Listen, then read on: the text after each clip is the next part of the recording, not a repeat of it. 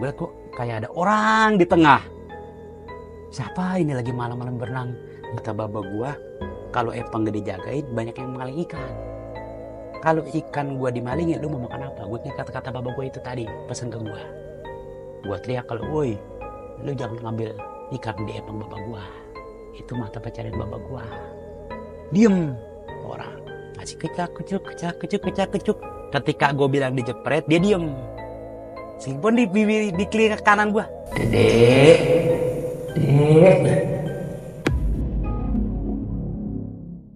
Selamat malam, pemirsa dimanapun berada. Kembali lagi dengan Aras Channel.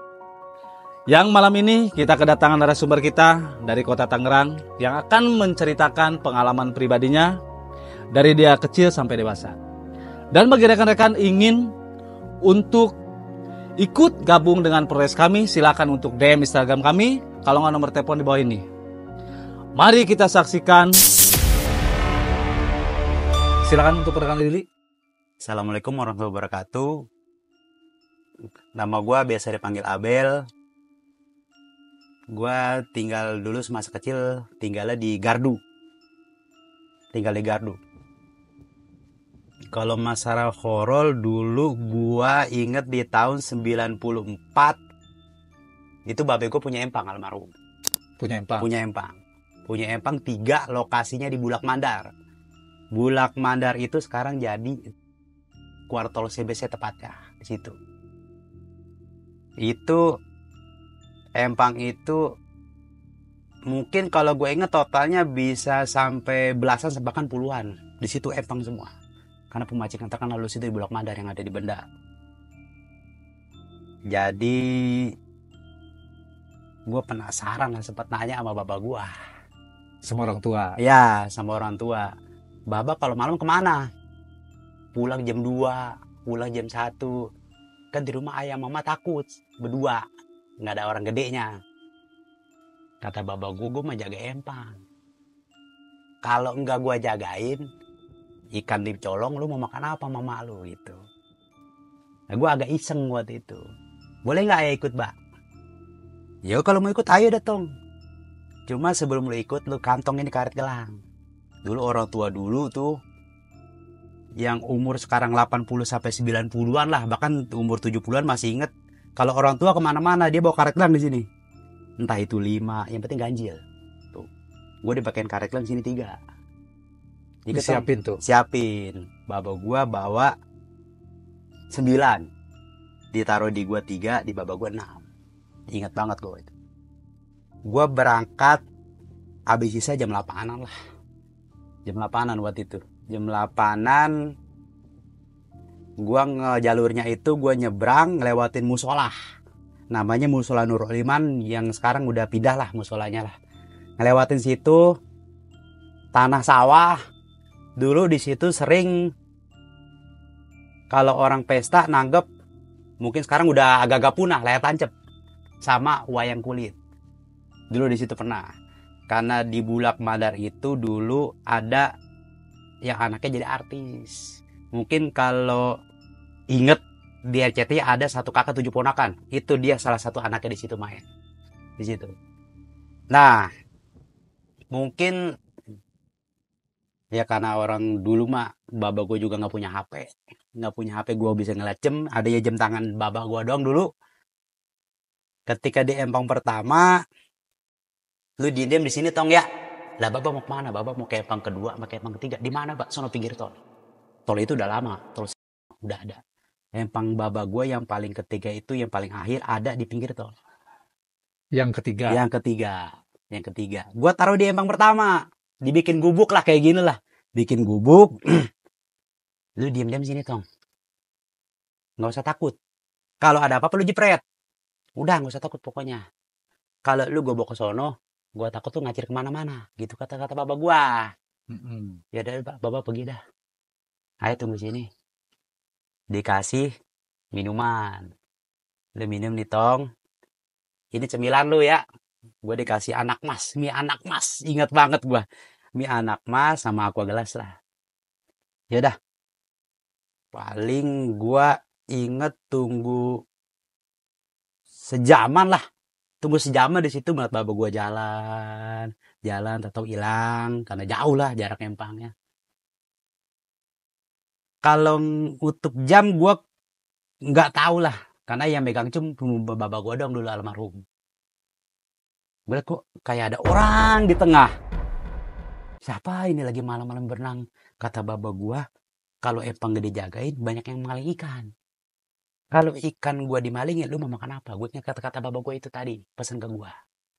Gua teriak, kalau, woi, lu jangan ngambil ikan di empang baba gua. Itu mata pencarian baba gua. Diem orang, masih kecak. Kok di orang dipanggil diem aja, malah berenang terus. Nah ketika di tengah empang, pas banget. Baru gue tiba-tiba merinding banget ini. Ketika di empang itu, gue perhatiin. Siapapun itu kek, lu mau orang kek, lu mau setan kek. Namanya, gue dulu didik agak-agak keras lah baba gue lah. Lu pergi dah, daripada lu gue jepret. Ketika gue bilang dijepret, dia diem. Selingpun di telinga kanan gue. Dek. Lah. Kayak ada yang manggil kata gue. Dek. Waduh kata gue bagaimana ini. Mana kata baba gue ngobrol keluar dari gubuk. Di sebelah kanan gue kan pohon jamblang. Pohon jamblang itu terkena angker. Tambah empang itu. Kalau sejarah kata guru spiritual dulu yang sempat gue ketemu dia. Itu kebanyakan kunti anak yang bermain di air. Kamar mandi, tempat-tempat yang banyak air, sungai, kali. Kata gue, lah bodo amat dah. Kata gue, lu kalau manggil babain tadi paranin kong gue. Gue bilang, walaupun kong gue gak ada, kong gue selalu bilang, pokoknya lu tong lagi di mana-mana, lu mau takut setan kayak gangguin, lu panggil aja nama gue. Ntar gue datang. Kong gue begitu. Lu pergi daripada gue jepret, kalau nggak diparanin sama kong gue. Plus itu agak jauh suaranya. Kata gue, ya mau nggak mau, gue deketin lah dikit lah. Yang penting nggak keluar dari gubuk, karena empang ya jaraknya ini gubuk, ya 2 jengkal lah, kayak empang lah. Karena buat orang mancing kan, nggak mungkin jauh-jauh dari gubuk buat dia neduh. Nah ketika mungkin dia mau deket, cuma nggak terlalu deket lah, jarak agak 10 kaki lah, 10 langkah. Kata gue, Dek, coba lu nengok. Auzubillah lah pokoknya ketika dia nengok, gue masih inget mukanya kayak gimana. Perwujudannya seperti apa? Wah, gue masih inget itu. Emang kalau kata baba gue, kalau dibilang sosok kuntilanak itu bisa berubah jadi cantik, gue nggak yakin karena gue lihat itu yang asli bener-bener parah mukanya. Entah itu yang kanan agak keluar, yang ininya pun sobek. Ini nih rambut yang ini nih segini nih nutupin kata gue. Entah gue itu dapat keberanian dari mana, entah mungkin udah diapain sama bapak gue nggak tahu. Gue ambilnya karet satu, gue jepret, hilang. Suara lah, iya. Kata gue, kemana tuh orang? Oh berarti itu setan. Kata gue biarin aja dah. Berarti setan itu mah. Kalau orang pasti kesakitan kalau dijepret, kalau kata bapak gue. Kalau itu malu gue bilang, nah, berarti setan tuh. Panjang banget. Nah, gue nggak tahu kenapa dia larinya ke pohon jamblang. Berarti gini. Dateng nggak ada ramaan. Udah lo jepret, bapak gue tahu. Bapak tahu dari mana? Udah. Orang bapak juga di sono banyak banget kok. Iya, Pak. Iya. Aduh. Nah, pulang tong, tadi dulu balah lagi seru. Sini saya belum makan. Gue makan dah tuh. Anak was. Gue sambil teriak. Gian ada bapak gue lu takut keluar. Gian gue ada gue sendiri lu berani keluar. Umur gue 10 tahun. Waktu umur di 10 tahun. 10 tahun. Dengan dibekali senjata jepretan karet gelang warna merah. Tadi kan 3. Berarti senjata sisa 2. Ya. Di bapak gue ada 6. Udah datang pulang, entar dulu, Bah. Kalau lu mau entar dulu, Bapak mau kempangin satu lagi noh, yang nomor 2. Ya udah, Pak, silakan. Tetap yang sosok itu begitu bapak gue pergi, kenapa dia manggil lagi? Dek. Kata gue. Akhirnya gue berani diri, gue ngajar bapak gue. Baba, lah, lu ngapa tong bukan diem-diem di gubuk? Takut ba, suaranya makin deket ba. Suara siapa? Oh no, lu gangguin. Udah ntar ini ikut baba aja dah. Gue udah gendong di sini baba gua. Udah diem tong, tenang, ada baba. Kalau lu masih takut gua, lu panggil kok ngono. Oh iya bah dah, saya ikut baba dah. Nah, kalau dibilang ini gua sama baba gua ngelihat yang serem nggak juga. Gue bilang sih lucu. Gue bilang lucu kata, Mbak, ya. Ono pon apa, Mbak? Ono pon pisang tong. Enggak, ono sapinya. Oh itu pon serut. Pon serut, Mbak, iya apa? Kok saya ngeliat kayak ada orang pacaran. Di mana? Ono di bawah pohon serut. Coba paranin yuk. Baba gue bawa senter, paranin. Mana tuh gak ada orang pacaran? Ono pakai baju putih 2. Wah, ya bener apa tong? Ya kagak tahu bah, saya ngeliat. Coba senter gue, ayo kita paranin tong. Janganlah mbak, saya takut ini mah, saya mah deg-degan banget ini mah. Udah baba tiap malam ke sini.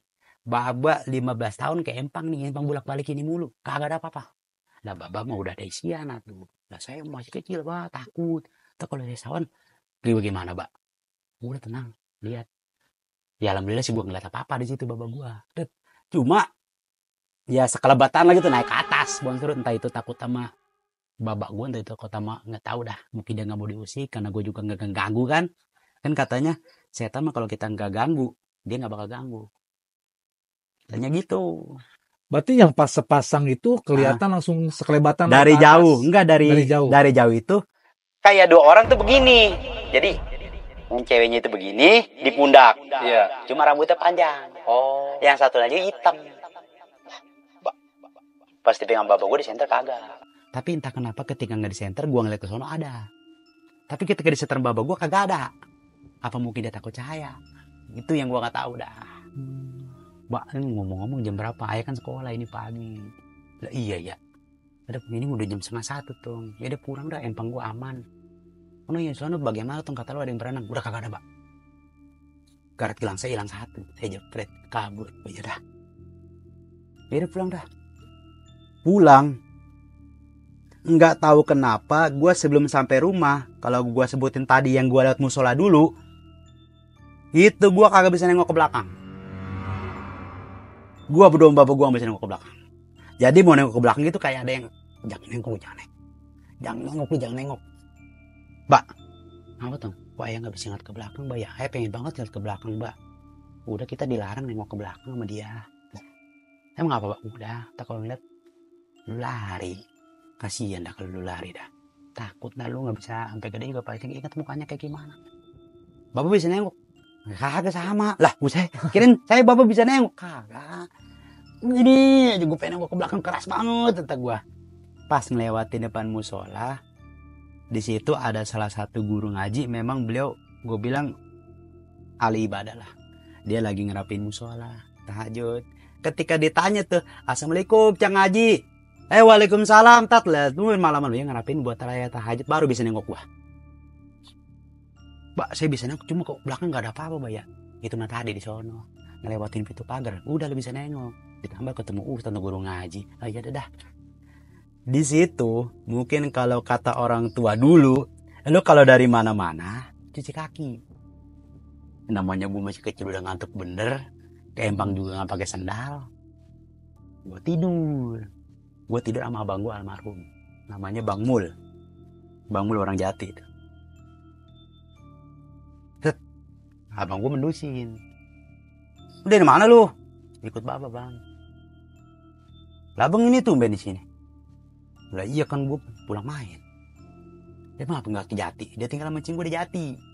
Udah kemalaman lah gue. Tadi kunciin pintu mencing ngaji. Ya udah tidur situ dah. Waduh, lu udah cuci kaki belum? Udah bang, biarin. Ngantuk banget saya. Kamar mandi takut. Udah gue tinggal, udah saya ngantuk dah. Gue entah itu setengah tidur, yang jelas abang gue udah tidur duluan. Lu kalau dulu tuh gue Betawi asli lah. Gue tidur di pangkeng. Pangkeng itu keranjang besi, ada kelambunya. Nah, kelambu itu buat biar nggak ada nyamuk lah. Kelambu. Apa lu? Bangunin gue tidur. Anuan, apaan? Itu, apaan? Itu di pinggir pangkeng, apaan lu? Itu begini-begini aja. Mana? Itu. Abang gue ngucek-ngucek mata kata gue. Lah itu apaan, Tong? Lah kagak tahu makan senanya abang. Lu dari masih? Dari empang ikut baba. Lu jaga kaki belum? Lah belum. Itu apaan goyang-goyang begitu? Angin kali itu mah bang. Dia bilang, lu takutan begitu? Buka. Abang aja buka, kan abang saya. Udah lu diem lah. Kalau misalnya ini kenapa-napa, awas lu ya. Gua kebungin lu. Kakak bu, coba lihat. Jelas begini. Jadi besi ranjang itu koyak begini. Gini. Apaan kalau abang gue juga lulus pesantren, digontor dulu. Dia baca apa gitu-gitu. Abang buka ya. Tapi kalau ini wujudnya jelek, lu jangan salahin abang. Abang gini-gini udah pesantren, disombong dikit dong dia dong. Tenang. Tapi kalau wujudnya jelek, berarti dia nakutin lu. Lu juga jelek soalnya. Buset. Waduh, ya udah bang, udah. Mungkin juga bismillahirrahmanirrahim. Allahu Akbar. Kenapa bang? Lu mau ngeliat? Ngeliat apaan? Lu mau ngeliat kagak? Ini tak gue buka lagi kalau lu mau ngeliat. Waduh. Dikit aja bang, dikit. Tapi begini, mungkin kalau ingat tahu kukusan nasi yang dari bambu.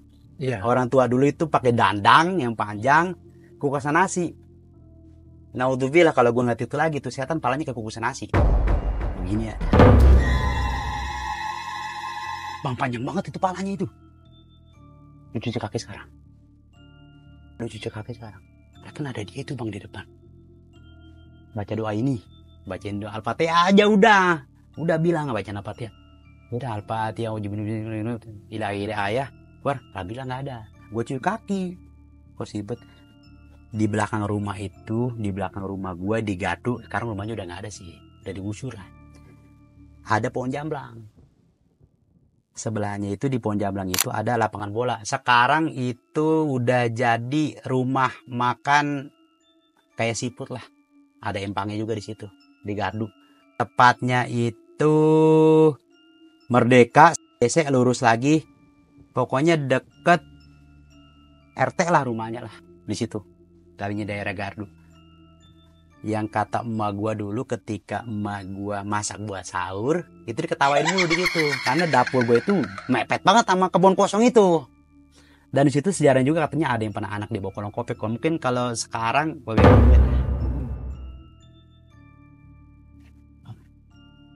apa dengan suara ketak? Kagak dengar tuh. Kedengar bang tadi kayak gitu bang.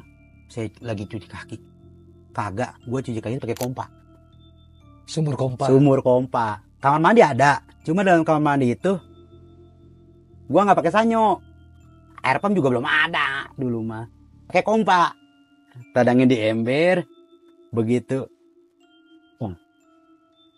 Kaki kanan lu basuh, baca shalawat Nabi.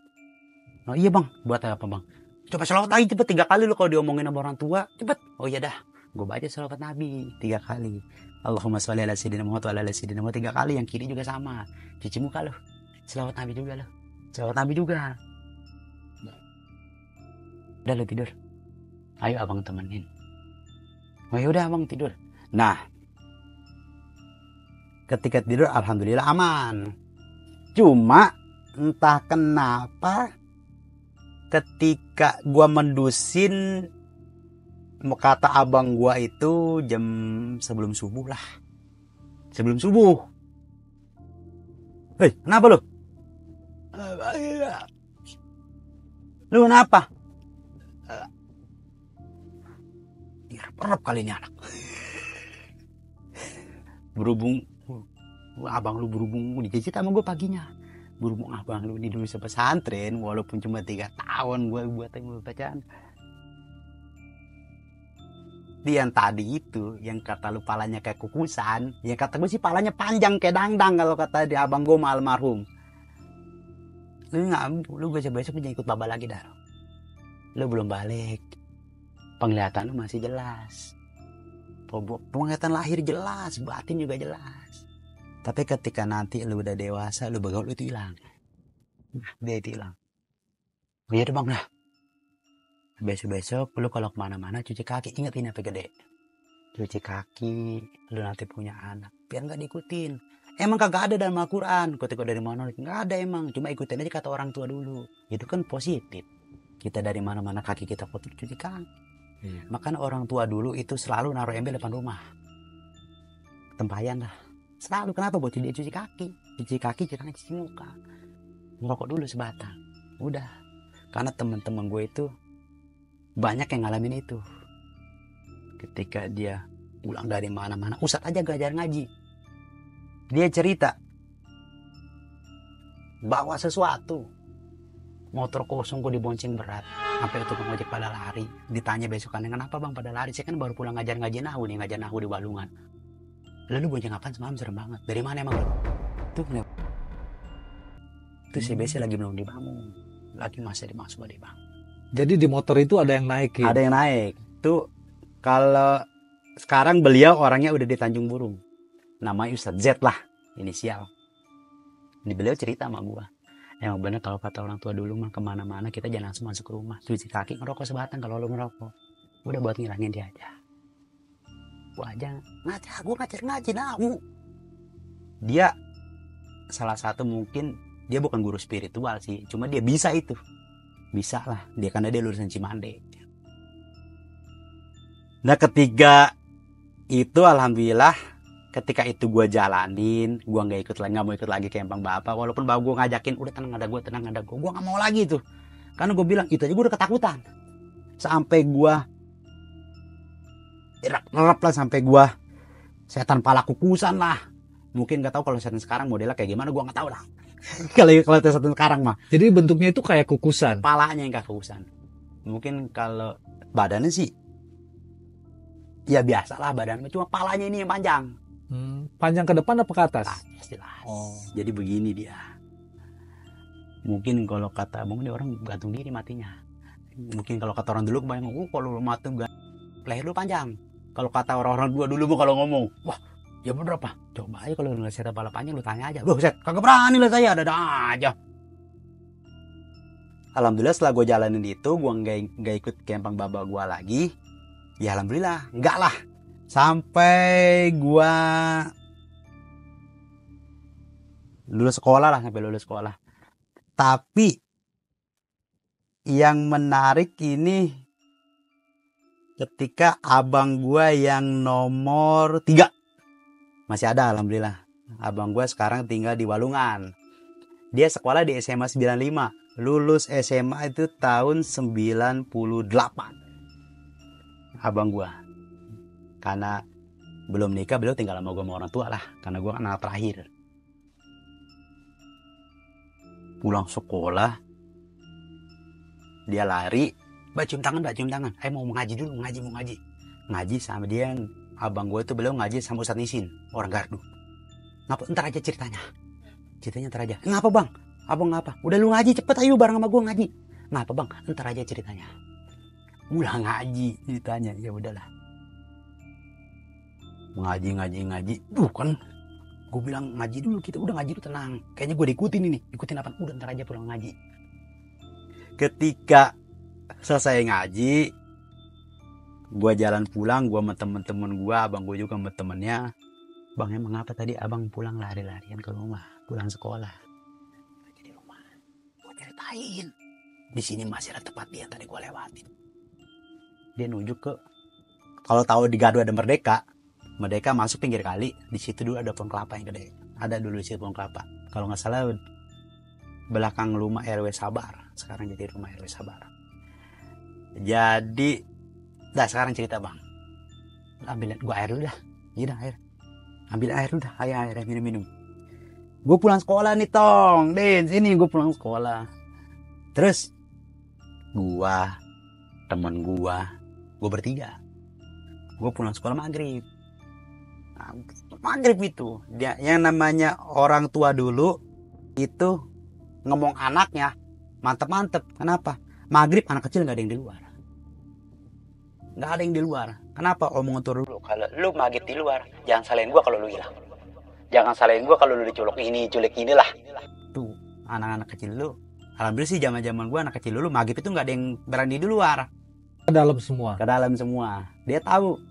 Bahkan ada berbisa anak tahun 80 90-an yang bisa memisahkan mereka bermain, yang bisa pisahin mereka cuma ada jam maghrib. Tuh dulu mah.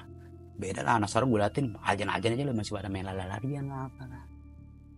Karena kalau kata guru ngaji gue yang sempat gue belajar juga, karena salah satu iblis yang suka ngegoda anak kecil, bahkan yang bikin anak kecil celaka itu ada namanya Sufyan.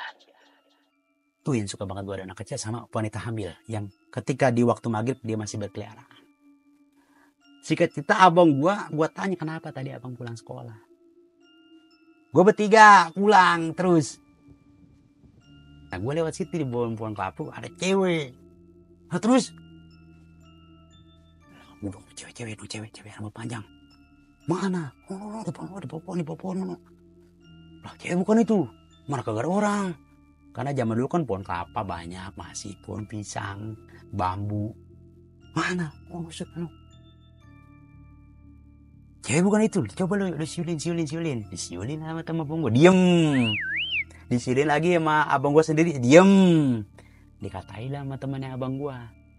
Ah perempuan sombong banget loh. Lagi sendirian tegur sama laki-laki lo diem aja. Nengok. Begitu nengok. Abang lari di bertiga. Kenapa? Abang kagak mau ngomong lah masalah mukanya. Mau apa? Hancur banget. Tau tuh bilang. Hancur banget. Hancur bagaimana bang? Hancur banget gue ngomongin gituin. Wah gara-gara itu bang. Abang takut. Ya di mana? Oh no di sono yang di jalanan pokoknya bawa pohon kelapa pinggir kali. Oh. Makanya abang jangan sembarang godain cewek. Udah. Itulah akibatnya. Baru waktu kemarin 2 tahun yang lalu tuh 94 saya udah ceritain ke almarhum Bang Mul. Saya digodain berapa kali? 3 kali semalam bang. Abang baru segitu aja. Gue belum selesai cerita. Mengapa malamnya gue dikerjain? Kerjain apa? Nih lu malam tidur sama gue, kamar gue. Jangan tidur sama babak lu. Namanya gue masih kecil kan, belum punya kamar, gue tidur sama babak gue kan. Kamu nggak tahu dulu bang, ada apa dulu? Buset, lu kagak tahu di kamar gue banyak pocong. Nah, saya tahu orang saya tidur di sini bukan di kamar abang. Abang kali tidurnya nggak baca doa lah apalah. Buset, segala berdoa gue udah baca sebelum tidur. Gue kan gini-gini ngaji juga. Alhamdulillah abang gue 3 agama paham semua alhamdulillah lah. Ditanamin sama orang tua gue. Lu pocong gimana bang? Lah orang gue tidur gue mau di sini pocong sini pocong. Kalau percaya lu tidur di kamar gue agak mau. Karena abang gue dari abang gue yang pertama udah ngalamin itu di kamar itu. Semenjak ada pocongnya. Ada, karena rumah yang baru dibikin baba gue itu bekas empang baba gue. Ya memang kata baba gue dulu waktu umur 3 tahun bandel suka buangin ya barang-barang baba gue lah. Entah itu batu, entah itu pisau kecil, namanya gue bikin mainan buang, anak kecil mana tahu itu apaan. Ya udahlah. Orang terakhir aja. Waktu rumah gue dijual itu, orang Cinanya ngomong, orang Cinanya beli rumah gue. Bang Abel, ke rumah saya. Oh siap bos. Ini mah belum lama 2019 ini mah. Ada apa bos? Manggil-manggil ke rumah saya. Mau ngasih duit lagi ya? Entar dulu itu mah tenang. Sertifikat belum jadi. Kata dia gitu. Terus? Emang dulu bekas rumah lu ada tanaman apa? Tanaman apa? Lah masa anak buah gua mau ngebongkarin sakit 3 hari? Anak buah gua ada yang bisa lu Bel. Dia orang Rangkas. Emang apa kata dia? Ada apa? Ada tanaman tuh di kamar mandi. Dari mana saya tahu? Mau nanya sama bapak saya? Nggak mungkin. Kamu ambil ya. Kata anak buah saya harus keluarganya yang ngambil. Ya ayo unjukin saya ngambil. 2019 tuh. Ayo unjukin saya ngambil. Kalau enggak gini dah, saya izinin itu ambil aja.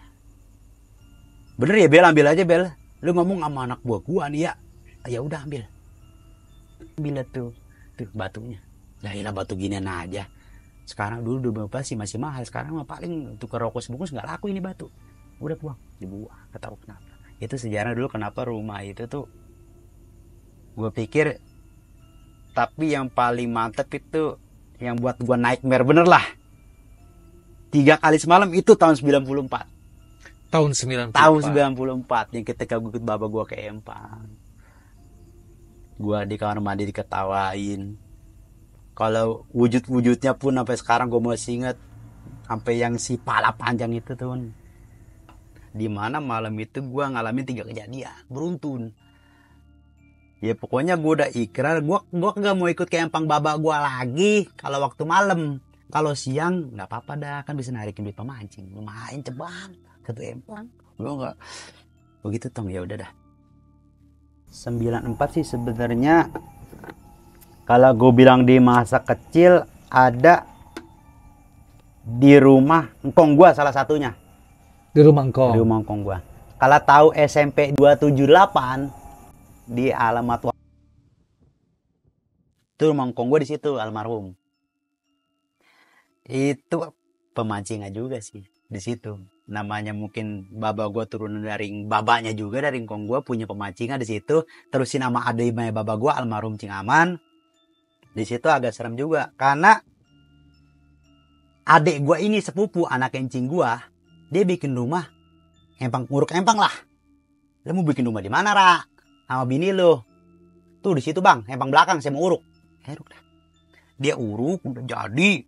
Anaknya masih kecil umur 2 tahunan lah. Namanya masih nangis lah, umur 2 tahun malam-malam masih nangis. Lah, kayak ada suara orang nyapu. Ini cerita sama gua nih dia nih. Bang, bini ayah kalau ada seorang nyapu malam-malam, apaan tuh bang? Waduh, jam berapa? Jam 2-an bang. Waduh, mana rumah lu sendirian? Di sini baru rumah abang gua. Itu gak jarak 10 langkah kali sampai 15 langkah. Baru ke rumah abang gua. Iya bang, demi Allah bang. Suara orang nyapu itu bang depan rumah saya bang. Di teras bang begitu. Lu longok? Kagak berani saya bang. Lah emang kapan gak lu longok? Ya saya bilang saya kagak berani. Coba ntar malam kalau ada nyapu lagi, lu lihat. Tapi kalau lu kaget, lu jangan lari. Emang kenapa bang? Lu mau gue ceritain? Kagak. Ini mau gue nggak pernah lihat dah. Tapi kalau kata temen-temen gue, kalau orang lu denger orang malam-malam nyapu, seret, udah kuntilanak. Sekarang depan rumah lu ada siapa? Empang bang. Sebelah kanan lu ada apaan? Pohon kelapa bang. Ya lo kan mertua lu nyapu di situ malam-malam jam 2. Lah kagak mungkin bang, mertua saya tidur. Ya udah. Lalu bikin rumah Empang lu uruk kan. Lu tahlilin udah, wajar aja itu godaan. Wajar aja kalau ada gituan mah. Itu salah satu tempat serem juga. Nggak lepas jauh dari Empang. Nggak lepas jauh dari perairan. Tuh, pokoknya. Banyak dulu ada yang kecelakaan di situ. Motor, mobil. Dan ketika ditanya, mereka kecelakaan tunggal. Sendiri? Sendiri. Itu pada waktu malam hari. Seret jatuh. Ditanya, ada apa bang? Ada orang nyebrang tadi nenek-nenek. Jadi bang, abang kenapa-napa? Enggak bang, alhamdulillah. Besoknya lagi jatuh lagi. Abang jatuh ngapa? Rem rusak kak? Ngapa? Nenek-nenek nyebrang aja. Jatuh lagi besoknya. Lah emang ada apa aja bang? Enggak, orang nyebrang lagi. Dari mana nyebrangnya? Ini bang dari Ponseri. Ini depan rumah. Ini nih. Ya udah. Emang bang? Udah gak apa-apa. Ponseri ditebang. Ponseri ditebang? Ponseri ditebang mongkong gua. Udah gua perhatiin. Lu udah nyelakain orang banyak. Daripada ntar lu matiin orang, mending lu gue matiin. Kalau lu gak pergi, gue tebang. Kalau pergi sekarang, gue tebang nih pon. Tebang mongkong gua. Alhamdulillah enggak. Mungkin kalau kecelakaan sih sekarang karena itu jalurnya tikungan tajam. Yang mau ke tajam itu mah wajar. Ditambah jalannya juga jelek. Banyak yang jatuh, cuma nggak tunggal lah. Dan itu waktu pun siang hari, nggak malam. Karena kalau malam itu udah agak sepi sekarang di situ. Waktu sebelum nikah 2008, gue di Gardu, masih tinggal di Gardu. Gue kenal sama salah satu temen kuliah. Tahu dia orang Gardu asli. Kuliah bareng sama gue di STAI lah, Sekolah Tinggi Agama Islam. Ternyata beliau seorang guru spiritual. Sini loh. Ada apa bro? Sini. Kenapa? Lu pernah pesantren? Pernah dong, kelihatan. Lu pernah baca bismillah 100 kali, pernah baca bismillah 1000 kali. Lu sanggup baca Suruh tahli kelas 1000 kali sanggup lu, gue yakin. Emang kenapa ente? Kita malam main ke rumah. Kliwon nih. Maksudnya apa? Main aja, datang ke rumah gue habis sisa jam 9. Oke, gue datang. Gue datang ke rumahnya. Udah rame lah perkumpulan. Waduh, kumpulan apa nih? Gue tanya dulu. Entar dulu. Ini perkumpulan apa? Gue walaupun begini-gini dikit agama mah gue paham dah. Jadi kalau kata teman gue yang mungkin ini guru spiritual, dia bilang, asah, kalau lu salah pergaulan, keok lu. Kalau lu salah jalan, lu keok. Sayang lu ada yang pernah asuh. Kok ngomong begitu temen gue? Gue tanya, ini orang-orang mana ini yang ngumpul di sini? Mau yang gue kenal cuma adik ipar dia doang. Nah, ada namanya ama abang ipar dia. Ngeluarin alat segala macam lah, keris, batu, buhur. Kalian tahu ini apa? Ya keris. Ini apa? Buhur. Buhur itu beda sama menyan ya. Buhur itu menyan Arab. Ini apa? Ya batu akik lah itulah. Ya udah. Sekarang gini, ente ikut malam ini ya, zikiran. Ya, tapi berdua mana nih? Berdua. Zikiran apa? Kalau gua ajak nih anak-anak nih, ntar rumah gua gak ada yang jagain. Lu ikut gua kemana? Ke Gople. Gople, pemakaman sono noh. Sih. Gople itu ada 2. Dekat sini. Itu khusus kumpi tu bagus buang bintu bagus ini. Itu khusus. Mungkin kalau dibilang ya sejarahnya ada di situ. Itu khusus udah makamin di sana semua khusus. Gople yang satu lagi pinggir jalan itu ada satu lagi Gople itu orang tua gue di situ, abang gue di situ, encing gue juga di situ sekarang. Bukan di Gople pojok. Singkat cerita sih gue diajak zikir berangkat itu jam 11 malam. Tuh. 11 malam lewat belakang rumah dia, itu jelas tanah lapang. Gue gak mau nyebutin nama, dulu ada salah satu warga situ. Mungkin kalau kata orang-orang dulu itu kenapa? Kenapa? Entah itu penyakit. Gue yakin sih penyakit mah datangnya dari Allah. Bukan karena apes lah.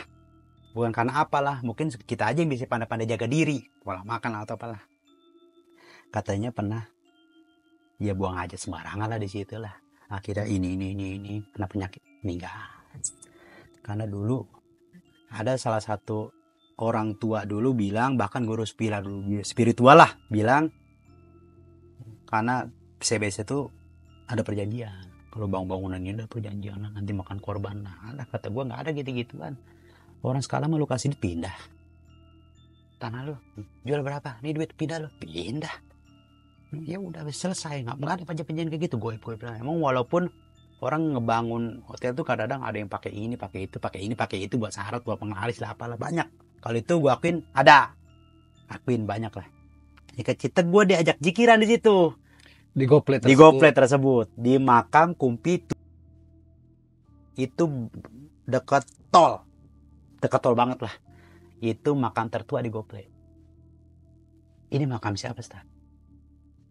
Saya tahu ini makam udah lama, cuma saya nggak tahu. Ini makam siapa? Ini Kumpi. Beliau dulu dipanggilnya Kumpi Dakom. Wah, kok Kumpi Dakom? Karena beliau dulu ketika belajar ngaji di pesantren, belajar kitab, dia cendakom. Tahu cendakom kan? Tengkurap. Dengan tengkurap belajar. Tengkurap belajar. Tapi ilmunya luar biasa. Loh, kok ada patung Semar di atasnya? Ada, entar gue tanya aja orang tua dulu dah. Kalau masalah itu mah. Mungkin itu sisi keilmuannya salah satu Semar. Begitu, oh iya. Jadi kita zikiran di dalam. Di mana, Sat? Ini. Di makam ini. Ini yang ada rumahnya ini. Iya. Ini kumpinya. Yuk kita zikiran di dalam. Ayo. Zikiran, zikiran. Jadi beliau melaksanakan zikiran di dalam makom tersebut. Makom. Mungkin kita cuma ngambil juriahnya aja, dari sisi kibau, karena lah kita nggak bisa minta sama orang meninggal lah. Iya. Masa iya doain saya, salah itu. Kan banyak kadang-kadang orang yang salah begini. Ki, tolonglah saya ini. Wah, salah itu. Tetap minta kita mah sesuai agama masing-masing lah sama Tuhannya. Ketika jikiran sih emang gue ngerasain kok jikiran panas. Dirasa di badan, Dirasa seluruh badan panas. bagaimana panasnya? Di situ kan jelas lah di alam terbuka angin gedenya kayak gimana. Apalagi ini setengah 12 malam. Iya. Tapi kenapa hawanya ini kita gerah, keringetan. Kok dalam hati, kenapa gue jikiran panas? Kenapa gue jikiran ini? Nah, mungkin gue karena walaupun gue bisa baca Quran, baca ini. Mungkin ya pasti dosa banyak lah. Mungkin gak ada. Mungkin itu kali ngadeng-ngadeng dosa kata gue. Ketika Bel, baca ayat kursi sekian, oke. Baca kursi sekian, oke. Tunggu sini bentar Bel, ente lanjutin jikiran. Anak ke depan. Mau kemana Ustadz? Mata nggak dibuka gua. Mau kemana Ustadz? Ke depan, mau ngedoain kumbi aneh, engkong aneh. Silakan. Nah itu gua udah megang HP kalau ini mah, jelas. Tapi Asia, tuh zaman-zaman Asia tuh. Ya boleh lah, rada setengah jam masih gedang, doanya masih kedengeran. Rada 60 menit, gue intip HP dikit. Satu nih, mana tuh orang kagak dengeran suaranya. Gue mau keluar, gue intip kata dia jangan kemana-mana dulu. Nunggu bacaan ini gue sampai selesai ayat kursi gue. Udah lanjut dulu dah. Gue intip jam lagi 1:30, kagak ada suaranya nih orang. Apa gue udah naik, gue tengok. Tapi kata dia, kalau lu baca ayat kursi belum sampai 100 kali, jangan lu buka mata lu, jangan lu keluar dari sini. Tanggung dah, kata gue hitung udah 80 nih di gue nih baca ayat kursi nih, tanggung. Selesai dah tuh baca ayat kursi. Tet, SMS dong. Assalamualaikum Bel, aneh udah di rumah nih, kopi udah disiapin. Astaga. Lah gue bingung. Lah berarti gue tinggal sendiri dari tadi di sini. Dari jam 11:30 sampai 1:30. Ditinggal berarti. Ditinggal sama dia. Aduh. Gue pulang lari. Biasa. Apa kagak nih? Namanya di makam. Kecuali ilmu gue tinggi. Kali gue nyantai aja. Lah gue kan sama orang biasa. Ya pasti takut lah. Dah kata gue biarin dah. Gue pulang. Nah. Ketika gue buka pintu. Itu sekencang-kencangnya angin malam, nggak ada yang bikin pohon goyang. Nggak ada yang bikin pohon goyang. Kayak angin kayak gini lah, nggak ada yang bikin pohon goyang, kata gua. Kok lu pohon goyangnya begitu amat, kata gua. Kenceng. Waduh. Masa iya gua begini telepon dia dulu, dia suruh balik lagi? Nggak mungkin, dia gitu-gitu kan guru juga itu. Mana mungkin gua suruh tolong saya. Waduh, gua dalam hati nyombongin dulu dong. Wah, gua anak pesantren. Sama gini di pesantren gue lebih serem istilahnya. Kamar mandinya. Ya udah dah biarin dah. Tiba-tiba. Entah itu sinar kuning ini, entah itu penampakan, entah itu jimat. Gue gak tahu dah. Yang jelas gue gak deketin sama gue. Ada sinar mendekat. Ada. Sinar, kata gue di pojok. Sinar apa? Cakep banget ya Allah. Kalau emang ini gue dikasih rejeki. Ya. Pasti gue kasih bapak gue. Pasti gue kasih emak gue. Pasti gue kasih saudara gue. Tapi di satu sisi, ini gue berat. Pundak. Ini kenapa gue jalan kok kayak orang bungkuk. Kata gue. Begini lagi. Telepon lah sama dia. Assalamualaikum, Bel ya. Ente lu sama santri, lama amat sih jalan ke sini aja. Kopi udah dingin. Udah, halau. Kata gue makin bingung. Halau apanya? Halau, kata gue. Gue teringat sama guru gue bilang bahwa kita ini sebagai manusia lebih tinggi derajatnya daripada makhluk-makhluk yang kayak gituan. Iblis lah. Cuma kalau masalah kepintaran, jelas iblis lebih menang daripada kita. Seorang Nabi Adam aja bisa diusir dari surga gara-gara iblis. Cuma ngomong doang. Nggak pakai perbuatan apapun, cuma ngomong doang. Bahkan banyak orang yang saling berantem yang gara-gara lidah. Iblis aja bisa ngusir Nabi dari surga. Kalau Nabi Adam gak diusir dari surga, kita udah di surga sekarang tinggalnya. Tuh jelas. Iblis lebih pintar gue bilang. Entah kenapa ketika di saat gue mau jalan pulang, langkah berat. Ini berat. Di sono sinar. Gue samperin kagak ini. Tapi langkah gue berat. Gue samperin kagak, tapi langkah gue berat. Ya gue jalan aja. Di SMS lah gue baca. Cepetan. Ya udah. Akhirnya ketika gue berani diri, ada apa sih di sini? Di belakang gue. Apa mungkin gue nggak boleh nengok? Nggak boleh lihat dia? Apa mungkin ini gue digandulin, gue nggak boleh pergi dari sini? Tapi yang jelas, engkong-engkong gue ada di sana semua. Makam satu lagi. Jadi gue nggak bisa nyebut apa-apa di situ. Yang gue sebut cuma ya istighfar, istighfar dan istighfar lah. Ada satu sosok yang gue inget. Ini nggak begitu serem, cuma ketika kita ngelihat dia itu merinding. Merindingnya dahsyat luar biasa. Kalau kata guru spiritual gue itu mungkin dibilang ya kayak peri lah, kecil segini. Cuma emang gak serem sosoknya.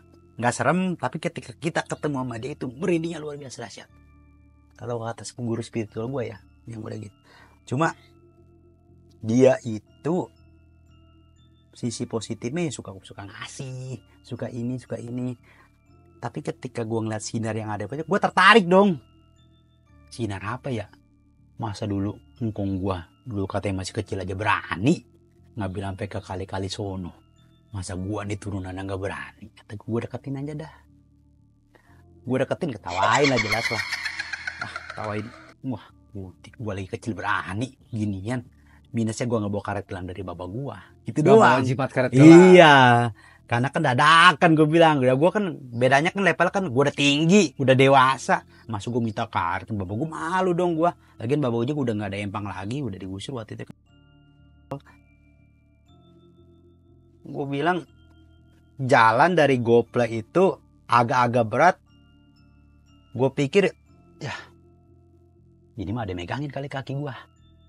Tapi dalam hati gue, oh ini firasat. Karena gue takut banget, hati gue ada di tempat sepi, dikelilingin kuburan, banyak pohon-pohon angker lah katanya di situ. Mungkin itu yang bikin hati gue takut, yang bikin gitu. Tapi tetap ketika gue mau cepetin jalan gue nggak bisa. Jalan pelan. Ya gue berani nengok, ya mungkin alhamdulillah sih gue nggak ngeliat wujudnya. Gue cuma ngeliat ya sinar gitu aja lah. Gue terbang, gue baca doa dari beliau. Gue baca doa-doa dari guru gue dulu. Gue baca doa-doa dari bapak guru. Alhamdulillah lah. Ya alhamdulillah enteng nih, alhamdulillah enteng. Nah, itu yang tanah merah itu. Yang sekarang jadi makam itu sananya lagi. Itu kalau dibilang angker dan banyak ular jelas. Karena salah satu apotek gardu aja tuh. Pernah ngebunuh ular anak kobra di sini nih. Di belakang apotek dia. Habis ngapain om? Kobra. Buset. Itu seremnya minta ampun. Ketika gua pulang. Itu kata gua. Apaan merah-merah ya Allah ada lagi. Gua baru keluar dari kuburan. Masa ilok udah dicegat lagi. Ini. Astagfirullah. Bagaimana ini kata gua. Gua WA lah. Mana baterai tinggal 1%. Gua ingat banget. Ini yang merah-merah kan. Selang 2 menitan dia baru balas. Ente takut amat. Begitu doang. 3 kali berturut-turut dia WA itu. SMS itu. Ya udah dah. Biarin mau lu merah kayak mau lu hijau kayak mau lu hitam. Gua gak takut. Kalau gue berani lu takut. Kalau gue makin takut lu makin berani. Gitu aja kata gua. Gua datang merah. Bau busuk banget. Gue baca astagfirullahaladzim kok bau busuk banget. Bau busuk banget ini, pakai tikus nggak begini bro, kata gua. Waduh, kata gua bagaimana ini kata gua. Udah biarin dah. Tapi seakan-akan leher gue ini pengennya nengok ke dia mulu. Ini leher gua nih. Nengok cahaya. Iya, yang ada sosok merah itu. Lu lihat gak nih? Cuma gua nolak, hati gue nolak. Enggak lah. Nah, lu lihat nggak? Enggak lah. Ya mau nggak mau, mungkin gua rasa penasaran gue itu makin gede. Gue tengok lah sama gue. Ya mungkin kalau seandainya gue bener-bener banget, gue dapat itu barang. Tapi yang gue takutin dan gue nggak tahu itu sama bau busuknya. Entah itu, untungnya sih yang gue lihat sih, entah itu dia ngadap ke sono, entah itu dia ngadap ke gua. Yang jelas rambutnya itu ya seginilah, nutupin kaki lah. Perwujudannya. Yang gua tidak tahan baunya itu. Kata gua, aduh, bau bangkainya mungkin kayak mayat udah berapa lama gitu, bau busuk banget lah. Mungkin yang udah gitu dalam hati gua, udah gak usah diambil. Ada yang bisikin, udah gak usah diambil. Jadi gua jalan pulang dah. Ketika jalan pulang, assalamualaikum. Nah, kopi udah dingin. Ke rumah Pak Ustadznya tuh. Udah minum jam berapa ini? Lihat itu jam tengah 3. Itu udah jam berapa di GoPlay? Tanggal 12. Lama amat. Kenapa nggak diambil? Nah, tuh orang ngomong begitu. Waduh, nggak tak. Untung saya lebih banyak. Gue bilang kayak gitu. Yaudah, nggak apa-apa dah. Besok-besok kalau gitu diambil. Masalah setan lu nggak usah takut. Kan kita lebih sempurna diciptainnya daripada tetangga sebelah. Nah, ketika gua dikasih sesuatu dari rumah beliau, kalau Bang Yayan pernah dengar ada satu keris namanya keris Nogososro. Itu pasangan keris sabuk inten. Nogososro ini gua dikasih look 7. Look 7 di sini gambar naga nih. Dia ukiran naga, Nogososro. Ini hadiah buat antum. Apa ini, Sat? Ya keris lah, ya saya tahu ini keris. Maksudnya ini buat apa? Pegang. Tenang. Yaudah nih bawa pulang lah. Gua bawa itu pulang keris. Ternyata bapak gue bangun tahajud, udah nunggu di luar. Udah antong. Baba itu lah, bapak tuh beran nih, menjongkot di luar. Lu bawa apa? Bawa apa lu? Apa, Mbak? Bawa apa sini gue lihat? Lihat tuh bapak gua. Udah ditaruh aja di kamar. Kalau buka jangan setengah-setengah. Kalau murah terawat. Tapi ini mungkin bapak gua namanya orang dulu tahu lah, paham agak beda-beda kayak gitu. Lu jangan nuhanin ini. Kalau saat ini lu dibantu sama dia nggak bakal ngomong, "Be tenang bos, besok saya bantu." Nggak bakal ngomong, barang ini nggak bakal bisa ngomong. Mungkin suatu saat misalnya lu nyebrang atau di sana ada mobil lu nggak jadi nyebrang, mungkin itu salah satu bantuannya. Gitu, Mbak. Tapi lu jangan terlalu percaya pada ginian. Lu di bagian masih A, ginian buat pegangan doang. Buat pajangan doang. Lu pajang di kamar. Entah kenapa semenjak gua megang barang itu hawa-hawa yang gue biasa tidur di kamar nyantai, itu gelisah. Gue gelisah banget ini. Perasaan semenjak dulu nggak ada ginian, gue biasa aja gelisah. Mana kadang kalau mau itu pernah denger lah pasti Chris pernah begitulah, Bergerak. Chris. Ya, tapi nggak turun, tetap masih ada di pajangan tapi bergerak. Ada apa ini? Besoknya pasti gue tanya lah. Besok gue ke rumah dia lagi, gue tanya kenapa itu begitu. Assalamualaikum. Nah, kata gue datang ke rumahnya lah. Aneh udah tahu Bel, ente mau nanya apa? Ente udah kerja di bandara tempat A lah. Ente ada yang sirik sama ente. Dia orang Jawa Barat, Banten. Terus ente orang baru di situ, tapi ente udah enak jadi kapten. Ente udah diangkat jadi pimpinan. Ente udah diangkat jadi GL. Ente baru berapa lama kerja di situ, Bel? Tahun. Dia udah 5 tahun masih di bawah. Kenapa ente bisa diangkat? Kita kan katanya kinerja bagus. Ingat, nggak selamanya hidup ini santai. Belum kayak jalan tol. Enggak, jalan tol aja ada macetnya. Ada yang sirik. Loh, ente ada mana? Kalau aneh bilang ada yang sirik. Udah. Kenapa ente aneh kasih itu hadiah?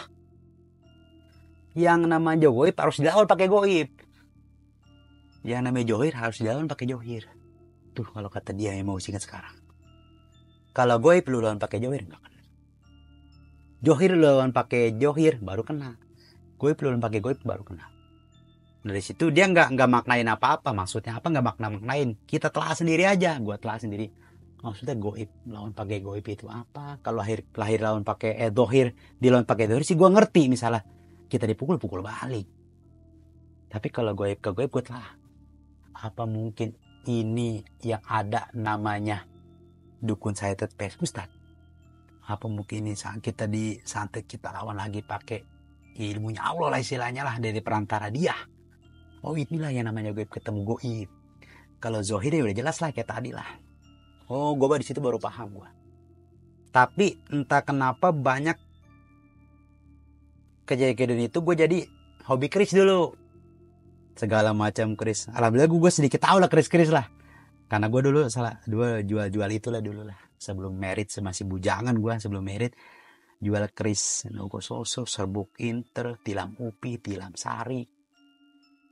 Terus naga runting. Itu. Bahkan ada salah satu, gue lagi main ke rumah Ustadz gue. Ustadz gue ini datengin seorang biksu. Saya nyari keris ini. Oh ini kerisnya. Bukan. Yang ada di dalam. Ambil. Saya bayar sekarang berapapun harganya. Oh ternyata di situ. Ketika gue megang keris ini, ketika gue hobi sama keris ini, gue sempat kenal sama yang namanya, kata sih gue dengar kabar terakhir 2009, 2010 lah. Dia udah meninggal, namanya Putra Joko Tore almarhum. Dia pengrajin keris dari Madura. Dia asli Putra Joko Tore, pembuat keris yang ada di Madura. Di situ gue dikasih hadiah tombak segini, karena ini bermula dari salah persepsi itu. Dia buat postingan di Facebook, dijual keris 700.000, semua ada 10 bilah. Saat gue girang dong, dia penyuka keris. Gue anterin lah ke Cawang dekat Cipinang. Assalamualaikum, gue datang ke rumahnya. Ini saya bawa uang 700, mana 10 bilah keris itu. Saya di Facebook, wah ini salah persepsi. Maksudnya itu 700.000 per bilah, semuanya ada 20 bilah. Agak kesal juga nih si penjual. Ya udah saya kasih satu, pilih yang mana. Dia ini ngeliatin kita cara buka keris, ngeliatin ininya. Mas namanya siapa? Gue sebutlah bohongan lah. Oh, nama saya Udin. Oh ya udah, bentar saya ada hadiah buat mas. Ya silahkan. Entah kenapa dia ngambil hadiah buat gue setengah jam. Gue udah ngasih kode. Oh ya udah. Dia turun, ini hadiah buat mas. Wih tombak nih, cakep segede gini. Tombak. Ya udah, pulang. Ketika pulang gue nggak disuruh pulang ke rumah. Ke rumah aneh dulu Bel. Ke rumah aneh dulu. Oke. Mana tadi tombak yang dikasih sama dia? Mana? Gue kasih tukeran nama ini. Apa lu bawa ini? Tapi lu besok nggak bisa tidur. Celaka lu bisa. Kenapa? Ini tombak. Ya inilah ceritanya lah. Udah yuk kita jikiran nih malam. Nah di sini gue baru sadar kalau goib itu benar-benar ada. Serang-serangan begitu baru benar ada. Gue baru percaya. Baru percaya. Kalau serangan goib itu ada. Baik pemirsa, untuk pengalaman dari Bang Abel kita ini, dari beliau masih kecil sampai udah dewasa, ya banyak pengalaman-pengalaman mistik yang dia alami. Banyak juga yang kita petik dari pengalaman beliau sampai saat ini, ya. Jangan lupa apabila rekan-rekan pemirsa dimanapun berada ada pengalaman pribadi yang ingin disampaikan dengan podcast kita di arah sini, bisa DM di Instagram kita, kalau nggak di nomor telepon ini. Ya silakan. Mungkin itu aja. Selamat malam.